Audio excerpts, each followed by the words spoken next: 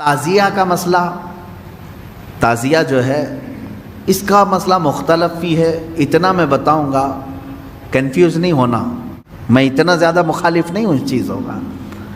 رکھو، آپ پیتل کا بناتے بناؤ، تانبے کا بناتے بناؤ، سونے کا بناتے ہو بناؤ، اس میں حرج نہیں. محرم کے زمانے میں پنجے اٹھا کر کے ناچنے کی عادت اکثر لوگوں کو تھی، بہت سارے لوگ. ایک طرح سے اس میں عبادت کا تصور نہیں تھا لوگوں کو، بس یہ کہ انٹرٹینمنٹ کرنا ہے، کیونکہ عبادت اس طرح سے روڈ اور گلیوں میں ناچ کر کے تو ہوتی نہیں. نہ وہ امام حسین کو راضی کرنے کا مسئلہ ہے، نہ رب تبارک و تعالیٰ کی بارگاہ میں کچھ پیش کرنے کا مسئلہ ہے. اگر اتنا ہی عبادت کا شوق ہوتا تو مسجدوں میں پنجے لے کر بیٹھ جاتے ہیں، قرآن پاک پڑھتے. سب کو معلوم ہے کہ سب سے افضل جگہ یہ ہے. وہ انٹرٹینمنٹ کرتے تھے. اب ہوا یہ کہ ہم نے کہا کہ یہ بے حرمتی ہو رہی ہے، مولا حسین کے نام پر بے حرمتی ہو رہی ہے. اصل بات، پنجہ تو آج تک امام حسین کا ملا نہیں، پنجہ ملا نہیں. حضرت عباس علمبردار کے پنجے کٹے تھے، یہ سنا ہے، روایات بھی، لیکن اس کی شبیہ، اس سے ملتی جلتی تصویر کچھ ملی نہیں. اب رہی بات تعزیہ کا مسئلہ، تعزیہ جو ہے اس کا مسئلہ مختلف بھی ہے. اتنا میں بتاؤں گا، کنفیوز نہیں ہونا. تعزیہ کو شرائط کے ساتھ اگر بٹھایا جائے تو جائز ہے، لیکن وہ شرائط پورے کرتے نہیں لوگ. اور ہم نے اگر اتنا ہی شوشہ کھول دیا تو بڑے بڑے دروازے لوگ کھول دیں گے. بات صرف اتنی تھی تعزیہ کی، امام حسین کا جو روضہ ہے اس روضے کی شکل کی کوئی چیز بنا کر کے آپ نے رکھ دیا. تو کسی بھی بزرگ کے روضے کی شکل بنا کر کے رکھنا مستحسن ہے، کوئی حرام کام نہیں ہے، ناجائز نہیں ہے. جیسے ہم گنبد خضرا بناتے ہیں، خانہ کعبہ بناتے ہیں، ہوتا ہے گنبد خضرا جہاں ہوگا ہم تعظیم کے ساتھ دیکھتے ہیں. لیکن اس کے ساتھ اگر ایسے معاملات ہوں کہ اس کو لے کر کے سڑکوں پہ ہم گھومیں گے، ناچیں گے، اور پھر اس پر چڑھاوے کریں گے، پھر اس کے ساتھ اپنے اپنے عقیدے جوڑ لیں گے، تو یہاں سے شیطان پھر گمراہ کرنا شروع کرتا ہے. خیر یہ بات الگ ہے تعزیہ کا. رہی بات پنجے کا، پنجے کی جو لاجک ہے وہ نہیں سمجھ میں آئی. مجھے کوئی سمجھا دے. میں نے اس سے قبل بھی بہت پہلے ہی کہا تھا، میں خود اٹھاؤں گا. پنجے کی کیا خصوصیت ہے؟ اگر امام حسین شہید کربلا رضی اللہ تعالیٰ عنہ کے ہاتھ کا نشان لے کر کے کوئی اٹھا کر گھومتا ہے، میں تو کہوں گا ہاتھ کیوں اٹھاتے ہو؟ اس سے بہتر ہے کہ مولا حسین کا قدم اٹھا کر کے گھومیں، کیونکہ ہمارے لیے ان کے قدم تک پہنچنا بھی بہت دور کی بات ہے. قدم اٹھا کر کے کوئی گھومتا ہوا نہیں دکھا مجھے، کوئی تلوار اٹھا کر کے دکھا. تو اس میں ہاتھ کی کیا خصوصیت ہے یہ تو مجھے لاجک اب تک نہیں معلوم. بہرحال ایک ٹاپک الگ ہے. اس کے اندر جو خرافات آ رہی تھیں، اس کے ساتھ عورتوں مردوں کا ساتھ ملنا، گانے باجے ڈھول تاشے اور طرح طرح کے اس میں خرافات لے کر کے اس کو کہاں سے کہاں تک پہنچایا تھا. شروع کس لیے ہوا ہوگا معلوم نہیں، پہنچا کس کام کے لیے بہت دور چلا گیا. اب میں جو بات کہنے جا رہا تھا وہ یہ تھی کہ چند سالوں پہلے ہم نے دیکھا بہت خرافات ہو رہی ہے. ایک جگہ ہم نے کہا منع ہے، انہوں نے فوراً اس کو ختم کر دیا، نہیں کریں گے. ہاں میں نے کہا کہ ٹھیک ہے، مولا حسین کے روضے کی شکل بناؤ، ہر گھر میں بنا کر کے رکھو، یاد کے لیے اچھا، اپنے بچوں کو دکھاؤ کہ یہ مولا حسین کا روضہ ہے. السلام علیکم ورحمۃ اللہ وبرکاتہ. میرے پیارے ناظرین، رکو دوستو رکو. اگر آپ بھی ایک حسینی ہونے کا دعویٰ کرتے ہیں کہ میں ایک حسینی ہوں، تو کیا تعزیہ بنانا، سپاہ بنانا، قربہل بنانا، کیا یہ سب جائز ہے یا حرام ہے؟ دیکھیں، اگر آپ تعزیہ بناتے ہیں تو آپ کو کس شکل میں بنانا ہے، کس نقشہ کا تعزیہ بنانا ہے آپ کو معلوم نہیں ہے.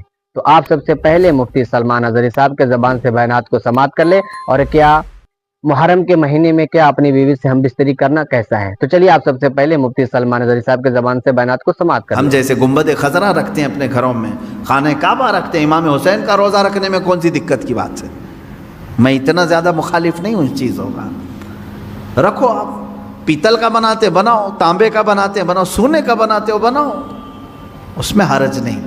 ہم جس چیز کی مخالفت کرتے ہیں وہ خرافات و حرام کاریاں جس کو باہر سڑکوں پر کیا جاتا ہے، میں اس کا مخالف۔ خیر بات آئی، بند ہو گئی، لیکن ہوتا کیا تھا معلوم ہے؟ چند دنوں کے بعد دوسرا محرم آیا تو گھر والے کہتے ہیں کہ حضرت وہ تو بند ہیں لیکن بچے ویسے ہی ناچ رہے ہیں، ہاتھ ایسے لمبے کر کے خود پنجہ بن گئے ہیں اور ناچ رہے ہیں۔ تو میں اس چیز کو مثال میں اس لیے بتا رہا ہوں کہ بنی اسرائیل بچھڑے کی پوجا کرتے تھے، حکم آیا ان کے قتل کا، قتل بھی ہوئے، بچھڑا بھی مار دیا گیا، لیکن زمانے تک ان کے دلوں سے بچھڑے کی محبت گئی نہیں تھی۔ وہی ذکر آج کی آیت میں نے پڑھا ہے۔ اللہ فرماتا ہے ثم اتخذوا العجل من بعد ما جاءتهم البینات، پھر یہ بچھڑے کو ایسا لے کر کے بیٹھے رہے جبکہ ان کے سامنے کھلی ہوئی نشانیاں تھیں۔ وَأُشْرِبُوا فِي قُلُوبِهِمُ الْعِجْلَ، اللہ فرماتا ہے ان کے دلوں میں ایسا لگتا ہے بچڑا پلا دیا گیا ہے، پی گئے ہیں بچڑے کو، اتنی محبت تھی، جبکہ روشن آیتیں اور دلیلیں دیکھیں۔ تو خلاصہ یہ ہے میرے عزیزو، کہنے کا مطلب کہ بعض چیزیں گمراہیاں ایسی ہیں جن کو چھوڑنے کے بعد بھی وہ کچوکے لگاتی رہتی ہیں، برے گناہ بھی ایسے ہیں جن کو چھوڑنے کے بعد وہ دوبارہ دماغ میں وسوسے ڈالتے رہتے ہیں۔ ان کاموں کو حتمی طور پر اپنے تصور میں بھی نہ آئے۔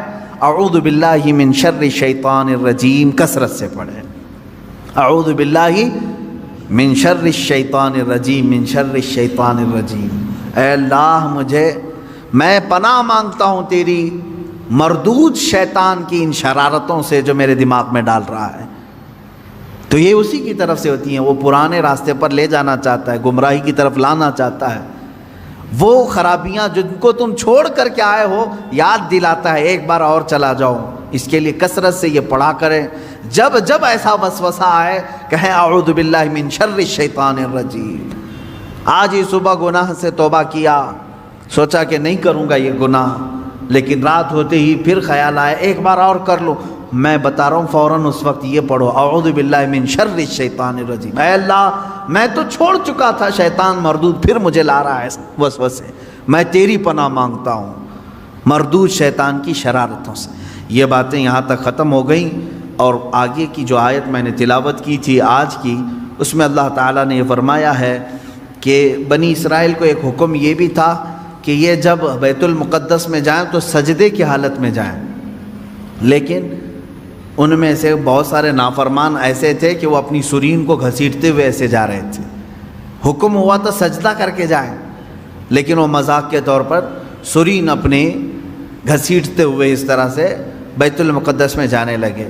ایک نافرمان یہ کیا انہوں نے، اور پھر اللہ نے فرمایا تھا ہفتے کے دن شکار نہ کرنا، سنیچر کے دن شکار کرنا ان کے لیے حرام تھا۔ تو یہ بنی اسرائیل کیا کرتے تھے، جمعہ کے دن جال لگا کے آتے تھے مچھلیوں کا، اور اتوار کو جا کر کے لے کے آتے تھے۔ کہتے ہم سنیچر کو شکار نہیں کیے، جمعہ کو جال لگائے تھے، اتوار کو لے کے آئے، پھر مچھلیاں کون سے دن پھنسی تھی ہیں۔ تو اس طرح ہیلے بہانے کس کے لیے کرتے ہیں؟ اللہ کے لیے۔ وہ اللہ کو دھوکہ دینے کی سوچتے ہیں، جیسے کچھ لوگ زکوٰۃ چھپانے کے لیے کرتے ہیں، سال ہونے سے پہلے کسی کو مالک بنا دیا، بھائی سال نہیں ہوا میرے پاس، وہ 6 مہینے رکھا اس نے واپس لوٹا دیا۔ تو یہ بنی اسرائیل کی وہی حرکتیں ہیں میرے عزیزو، اللہ کا عذاب آئے گا ان چیزوں پر۔ تم ایک دوسرے کو چھپا سکتے ہو بہت ساری باتیں، لیکن اللہ رب العزت سے کوئی چیز نہیں چھپے گی، تمہارے دلوں کے حالات سے وہ باخبر ہے۔ اور اللہ نے فرمایا ہم نے ان سے گاڑا عہد لیا تھا کہ یہ چیزیں نہیں کرو گے، پھر بھی انہوں نے کیا۔ فَبِمَا نَقْضِهِمْ مِيثَاقَهُمْ، اللہ فرماتا ہے تو ان کی کیسی بدعہدیوں کے سبب ہم نے ان پر لعنت کی ہے۔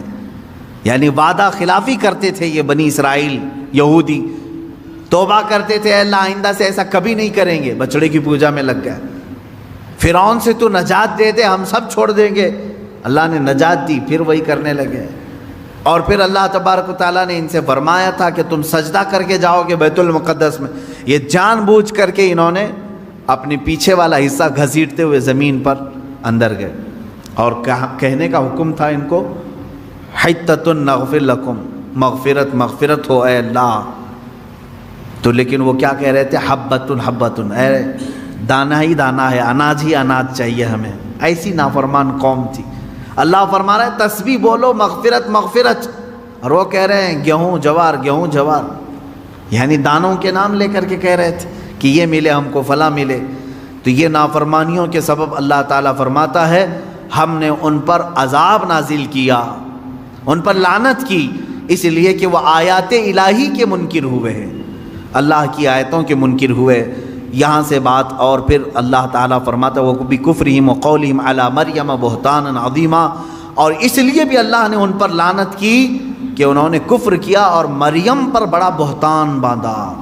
یہ یہودی ہی تھے جو حضرت بی بی مریم پر تہمت لگاتے تھے کہ عورت ناپاک ہے، بغیر شوہر کے اس کو بچہ کیسے ہوا، اس نے غلط کاری کی ہے، بدکاری کی ہے، معاذ اللہ رب العالمین. ہزار تہمتیں سیدہ بی بی مریم سلام اللہ علیہا، وہ عفت معاب تھیں، طاہرہ تھیں، زاہدہ تھیں، عابدہ تھیں، بطول تھیں، جن کو کسی بشر نے چھوا نہیں، ان پر ان یہودیوں نے تہمتوں کی بوچھار لگائی. اس پر اللہ تعالیٰ فرماتا ہے کہ ہم نے ان پر لعنت کی ہے. اب یہاں سے پھر میرا ٹاپک چلے گا کہ یہودی لعنت شدہ قوم کیوں ہے، کیونکہ آج مجھے بتانا ہوگا کہ آج بھی یہود پوری دنیا میں اپنے پنجے گاڑنے کے لیے کس کے ناک میں دم نہیں کیا ہوا ہے. سارا کا سارا یہ جو کھیل دیکھ رہے ہیں آج دنیا میں اتھل پتھل ہو رہی ہے، یہ چند شرپسند یہودیوں کی وجہ سے. مجھے کہتے ہیں کچھ لوگ اینٹی جیوز ہیں، آپ سارے یہودیوں کے اینٹی تھوڑی نہ ہیں. جو ایمان والے تھے ہم ان کے مخالف نہیں ہیں، جو اللہ کو ایک مانتے ہیں، انبیاء پر ایمان لاتے ہیں، وہ اچھے یہودی تھے پہلے زمانے میں. ہم تو تمہارے کرتوت کے مخالف ہیں، ہم تمہارے تمام یہ مظالم کے خلاف بولتے ہیں جو تم آج پوری دنیا پر ڈھائے ہوئے ہو. انہوں نے خفیہ تنظیمیں بنا کر رکھی ہیں، یہ عیسائیوں کو بھی برباد کرنا چاہتے ہیں، مسلمانوں کو بھی. ان کا صرف اور صرف نظام ایک ہی ہے کہ دنیا بنی ہے تو صرف یہودیوں کے لیے بنی ہے، راج ہوگا تو صرف یہودیوں کا ہوگا، باقی ساری انسانیت غلام ہوگی. اس پر میں انشاءاللہ آگے گفتگو کروں گا. یہاں سے آیتیں یہی چل رہی ہیں. اللہ فرما رہا ہے ان پر ہم نے لعنت کیوں کی، ان پر ہم نے لعنت کیوں کی. ان کی کئی وجوہات اللہ نے بیان کی. یہ ہمیشہ وعدہ خلافی کرتے ہیں، وعدہ توڑتے ہیں. اب اندازہ کرو یہودی جو اللہ سے کیا ہوا وعدہ توڑ سکتے ہیں تو تمہارے سے کیا ہوا وعدہ کیسے نہیں توڑیں گے؟ یہ تو پل بھر میں توڑیں گے. اور اللہ سے ایسے وقت میں وعدہ کرتے تھے جب آسمان اتار کے ان کے سروں پر رکھ دیا گیا، وعدہ کیا آئندہ سے کبھی نہیں کریں گے. انہیں معلوم ہے اللہ کی طاقت کیا ہے، اس کے باوجود وہ اللہ کا وعدہ توڑتے تھے. اب اللہ کا وعدہ توڑنے والی قوم کیا تمہارے بھروسے کے قابل ہوگی؟ تم بھروسہ کرو گے؟ حیرت ہے آج سعودی عرب اسرائیل پر بھروسہ کر رہا ہے. جو اللہ کا وعدہ توڑتی ہے وہ سعودی کا وعدہ کیوں نہیں توڑے گی؟ یہی یہود ہیں جو آج اسرائیل میں ہیں. حیرت ہوتی ہے. ابھی سعودی عرب نے اپنے تعلقات جو استوار کیے ہیں اسرائیل سے وہ یوں ہی نہیں کیے. اس کی وجہ ہے، میں نے اس سے قبل شاید کسی محفل میں آپ سے کہا تھا، سعودی عرب کو خطرہ ایسا لگنے لگا خطے میں کہ اب ہمارے دشمن بڑھ رہے ہیں، کیونکہ ترکی اب ببانگ دہل بولنا شروع کر چکا ہے. ترکی اپنی طاقت میں بہت آگے بڑھ رہا ہے. ترکی اپنا الگ الائنس بنا رہا ہے، کیونکہ سعودی عرب کا وہ IC ہمیشہ پہلے سے ہے، ایک آرگنائزیشن ہے اسلامک کنٹریز کا. ترکی اس میں سے الگ ہو کر، پاکستان اس میں سے الگ ہو کر، ایران الگ ہو کر، چائنا کو بھی یہ لوگ شامل کر کے، رشیا کو بھی شامل کر کے، قطر کو بھی لے کر یہ اپنا الائنس بنانے لگ گئے. خوف، یہ سیاسی معاملات ہیں جو دنیا کی سیاست پر نظر رکھتے ہیں، وہ اچھی طرح جانتے ہیں. اب سعودی کو خطرہ ایران سے ہوا، خطرہ ترکی سے ہوا، تو گود میں جا کر بیٹھا اسرائیل کے، کہ آپ ہمارے مائی باپا ہو، آپ ہماری حفاظت کر لینا. اسرائیل نے ہاتھ رکھ دیا سعودی کو، تو میرا بچہ ہے اگرچہ ناجائز ہے، ہم تو تیری پرورش کریں گے، ہم تیرے بیک سپورٹ رہیں گے. بس اتنی سی بات ہے کہ اسرائیل کا سپورٹ سعودی کو ملا اور UAE کو ملا. دبئی کی عمارتیں ہل رہی ہیں، کس بات پر؟ خوف سے. ہم نے تو آسمان چھوتی ہوئی عمارتیں بنائی، سیکورٹی تو نہیں ہے. جب آس پاس کے دشمن ملک یعنی ملک دشمن ہو جائیں گے تو خطرہ ان کی بلڈنگوں پر بھی ہے، ہمیشہ لہرا رہی ہیں خوف سے، تو ظاہر سی بات ہے کسی ایسے کا ہاتھ ان کو چاہیے، لیکن انہوں نے کس کا ہاتھ پکڑا؟ اسرائیل کا ہاتھ پکڑا۔ جی ہاں میرے پیارے عزیز دوستوں، بھائیوں اور بہنوں، جیسا کہ ابھی آپ نے مفتی سلمان اظہری صاحب کے زبان سے بیانات کو سماعت کر لیے کہ تعزیہ بنانا حرام ہے یا جائز ہے، جیسا کہ آپ نے ابھی ہم سے بڑے عالم مفتی سلمان اظہری صاحب کے زبان سے بیانات کو سماعت کر لیے، تو میرے پیارے ناظرین مجھے تو اس ویڈیو میں کچھ بولنے کی ضرورت ہی نہیں ہے۔ میں آپ کا میزبان قاری تسبیح عالم، میں آپ کا ہر موقع پہ خدمت کرتا ہوں۔ تو میرے پیارے ناظرین دیکھیں، اگر آپ تعزیہ بناتے ہیں، تعزیہ داری رکھتے ہیں تو آپ ہر گھر میں رکھیں، اس سے کوئی دقت نہیں ہے، لیکن کس شکل میں بنانا چاہیے؟ اگر آپ کربلا کی شکل میں بناتے ہیں، خانہ کعبہ کی شکل میں بناتے ہیں، گنبد خضرا کی شکل میں بناتے ہیں تو یہ سب بالکل بنانا جائز ہے۔ اور کیا محرم کے مہینے میں اپنی بیوی کے ساتھ سونا یا پھر ان کے ساتھ ہم بستری کرنا، یہ کیا یہ سب جائز ہے؟ جی ہاں، آپ کبھی بھی ان کے ساتھ ہم بستری کر سکتے ہیں، لیکن حیض کی حالت میں نا، یعنی پیریڈ کی حالت میں آپ کو ہم بستری کرنا حرام قرار دیا گیا ہے۔ تو میرے پیارے ناظرین، آپ اس ویڈیو کو ہر بھائی تک شیئر کیجیے تاکہ ان کو بھی معلوم چل جائے کہ اگر آپ تعزیہ بناتے ہیں تو کس شکل میں تعزیہ بنانا جائز ہے یا حرام ہے۔ تو میرا یہ مقصد ہوتا ہے کہ میں اپنے بھائیوں کو پیغام دے دوں تاکہ وہ گمراہ نہ ہو کے، اور جو چیز گناہ ہے گناہ سے بچے، اور جو چیز جائز ہے اس کام کو کرے۔ تو ویڈیو کو شیئر کر دے۔ السلام علیکم ورحمۃ اللہ وبرکاتہ۔ میں آپ کا میزبان قاری تسبیح عالم، میں آپ کا ہر موقع پہ خدمت کرتا ہوں۔ خدا حافظ۔